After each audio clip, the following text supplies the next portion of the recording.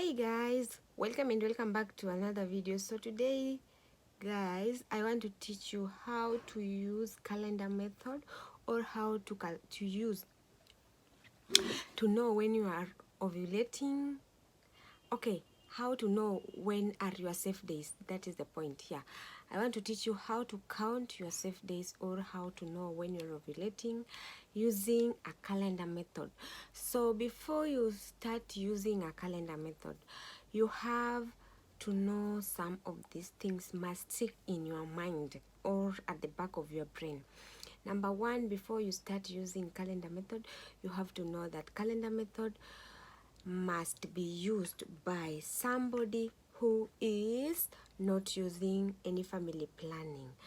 You are not using any family planning. Nowadays we are going to write this thing. You are not using any family planning, any FA. Another thing that you have to know is that you have to know signs of ovulation, so that when you are ovulating, you don't have any intercourse at any time. So the second thing you must know is signs and symptoms of ovulation. And what are they? When you are ovulating, the vaginal discharge increase in size, not in size, will be more. Yes, the vaginal discharge will be more compared to before you started your before you start ovulating. So vaginal discharge will increase. Another thing that will also happen, libido will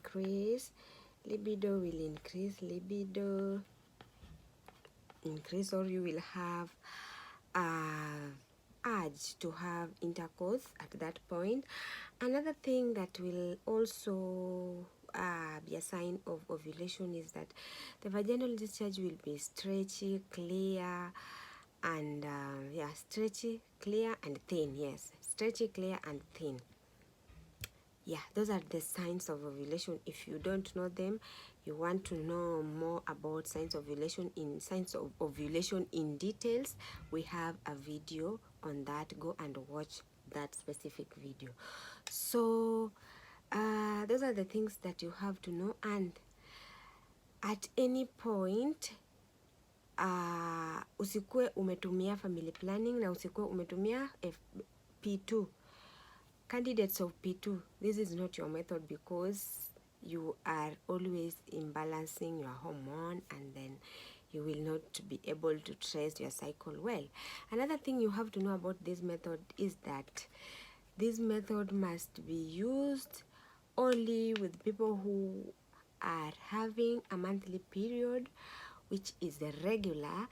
If I say regular, I mean your monthly period must be between 26 days to 32 days.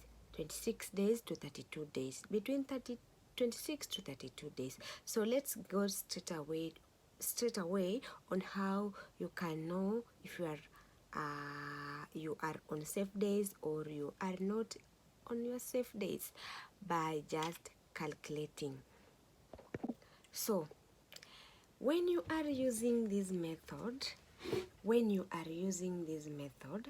you have to know that the day you start your menses is the first day of your cycle. So for example, you are a person who usually start her menses on maybe 5th. Let's take for example 5th of February. February has 31 days, so we are going to write 5th, 6th, 7th. We are going to write them first, so that you will be able to see when you are ovulating. And so you for example, this is we have taken date 5th as your first day of monthly period. So let's write first, and then I show you. So okay, 5th, 6th, 7th, 8th, 9th, 10th, 11, 12, 13, 14, 15, 16, 17, 18, 19, 20, 21, 22, 23, 24, 25, 26, 27, 28, 29, 30, and 30, 31. So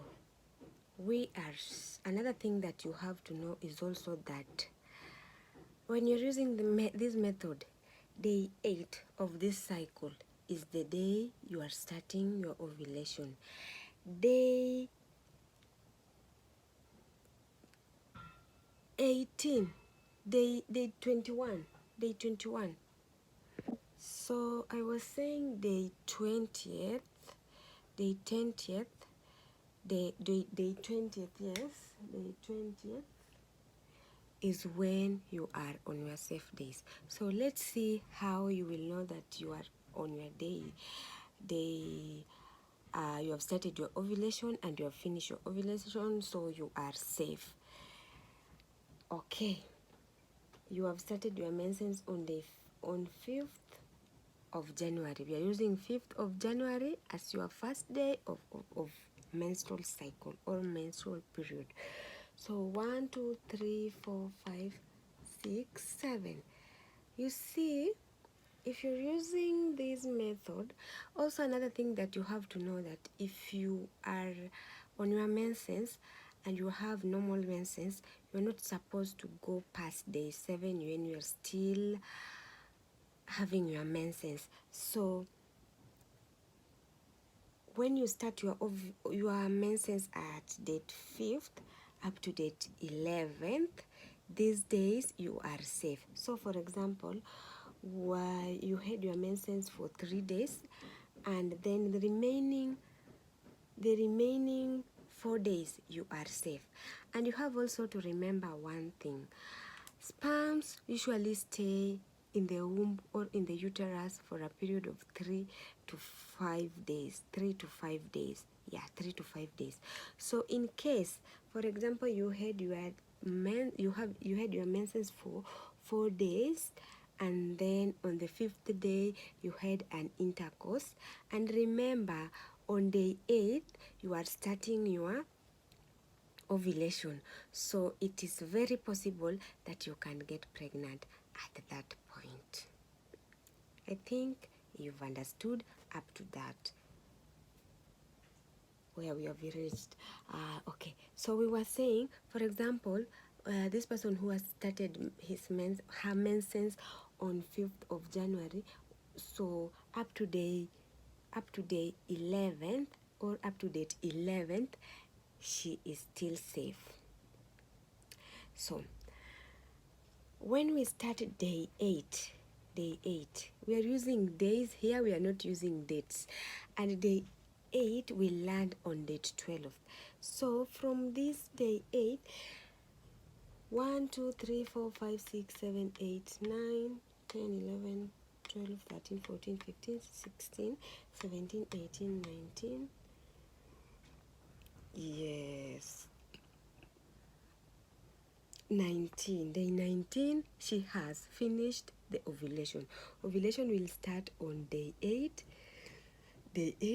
which will be on date 12 up to day 19. I don't know even if you are getting. Ovulation here with this person who has started her menses on date 5th will start on date 12 and will end on date 23. So after date 23, which is the 20th day, from date 24, this lady is safe until the next menstrual period. So when you're using this method, we always advise that when you are still on this side, when you have just finished your menses and when you are ovulating, you have to use barrier method, that is, use condoms. Yeah, because condoms will not imbalance your hormones. So we always advise you use condoms, or you abstain until you finish your ovulation. Those are the two. If you use this method, if you are somebody who can wait until you finish your ovulation, is when you can start your intercourse, that is okay. You can use this method. But if you can't wait these 21 days, I think they are 21 days, or are they 21 days? 1 2 3 4 5 6 7 8 9 10 11 12 13 14 15 16 17 18 19. This is 19 days, not 21. This is 19 days. If you can't wait for 19 days and then you start your ovulation before you I mean, what am I saying? I'm saying, if you are a kind of a person who can wait until you finish your ovulation from the day you started your menses, then you are good. You can use this method without any problem. Advantage of using this method is that you will not have cases of hormonal imbalance. We have had so many people using this artificial family planning, especially hormonal family planning. You see, when they want to get back to fertility, it's also a problem. When they want to get pregnant, it will take time before they get pregnant. We have other side effects of this hormonal family planning: headache, chest pain, leg cramp. We have so many people sometimes have menorrhagia, metrorrhagia, and you can avoid those by simply sticking to this method. I'm going to teach you another method of how you can calculate it now. This one is by counting. You just count on your calendar. You mark the day you have started your menses, and the day you're ovulating. You just mark, and then you're good to go. If you don't have anything to trace it, some people have automatic app in their phones where they can use to trace their cycle, but some who doesn't have, they have to write it on a calendar, or they have to use beads to trace their cycle. So let us look at another method which you can use to just calculate, which you can use to calculate your menses. You know if you're ovulating or if you're not ovulating. And also the same method,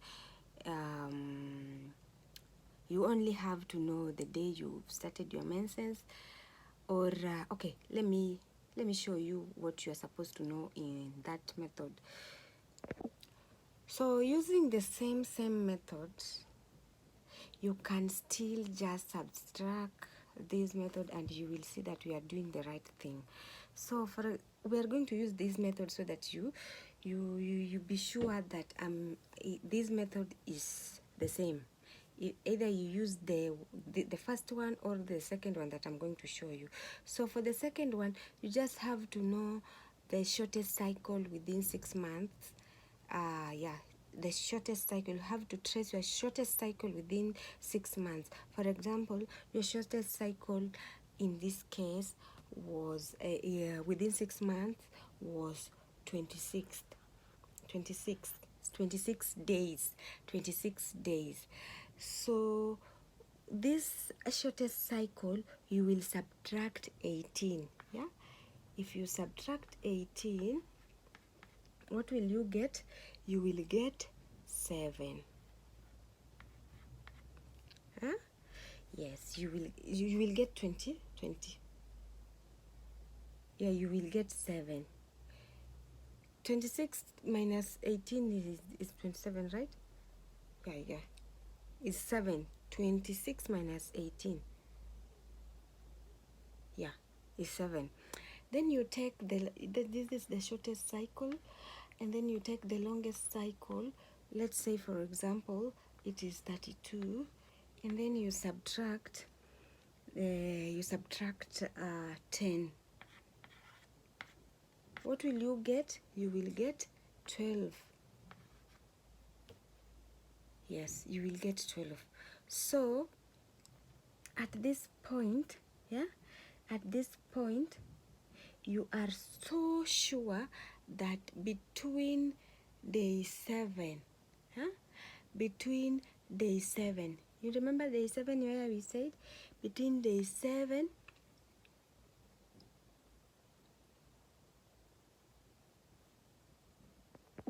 so I was saying that you use the shortest cycle and the longest cycle. So after tracing the shortest and the longest cycle within the 6 months, you will know that you have, for example, we were using this 5th of what of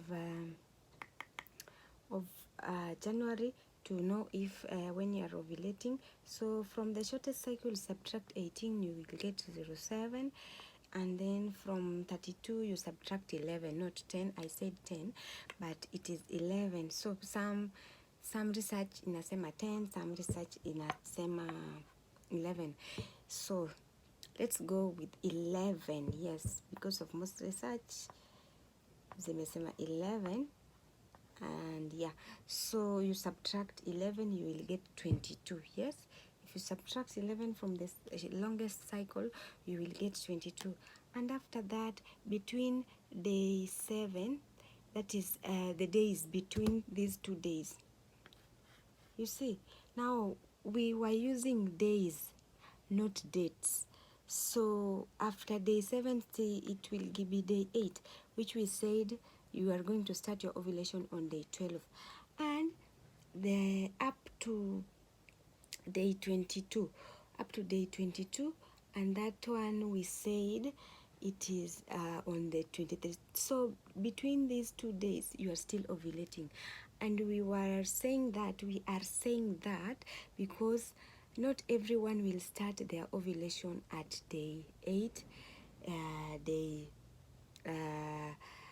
13th, day 14th. People differ. So that is why you have been given this range to avoid error. I think you have understood whatever we have learned today. If you have any question, you can give me an example in the comment section, and then I will help you know how to calculate, or help you know when you are on your safe days. Yes, I will help you know when you are on your safe days using calendar method.